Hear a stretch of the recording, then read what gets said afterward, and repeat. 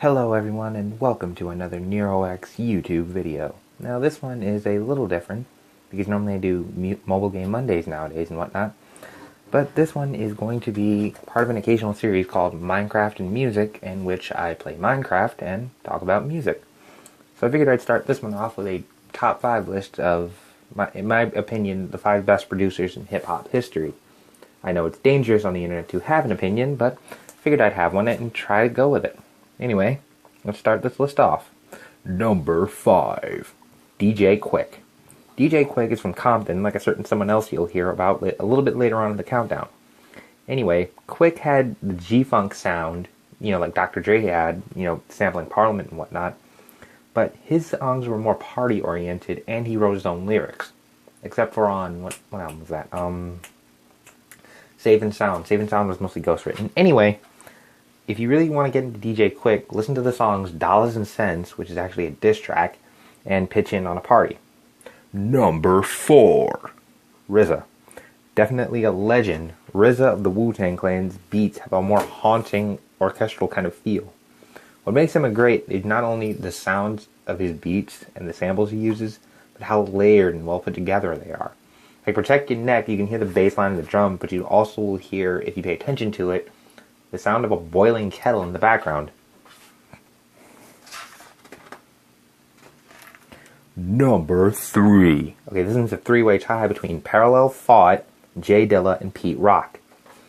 Anyway, I love these guys because of how soulful their beats are in terms of how they're produced.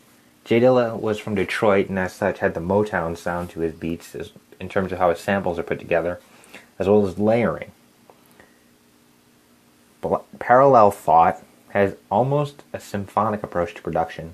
Listen to Deltron 3030 by Del the Funky Homo Sapien if you really want to get into it, or the album Parallel Sin.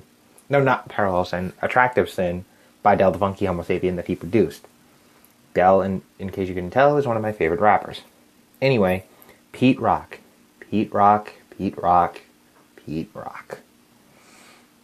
Whew, man.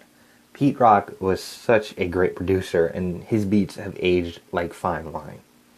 I mean, Pete Rock was put together a masterpiece for the album Mecca and the Soul Brother, and one of his most famous songs of all time is on that album, They Reminisce Over You, featuring CL Smooth. Why Pete Rock and CL Smooth had to break up, I'll never know, but oh man, his samples and his horns are just amazingly well done. He's like almost criminally underrated now, but if you really appreciate your history, listen to They Reminisce Over You, Runnin' by the Pharcyde for J Dilla, or pretty much anything he worked on with the Pharcyde, and Deltron 3030 for Parallel Thought, and Attractive Sin. And finally, number 2, I mean, you kind of figured you were going to see him somewhere, Dr. Dre. Dr. Dre is arguably the most influential producer since Rick Rubin. I mean, his sound pretty much defined the 90s West Coast hip-hop, especially coming from Compton and from the background he did. Now, the reason I placed him at number 2 is, despite for all of his accolades and everything he's done for hip-hop, I don't know, some of his songs haven't aged as well as others, but he definitely made classics. And anybody who disputes this can just listen to The Chronic from front to back. It was the record that launched Snoop Dogg's career, and with good reason. And finally, my number 1 pick is, drumroll please,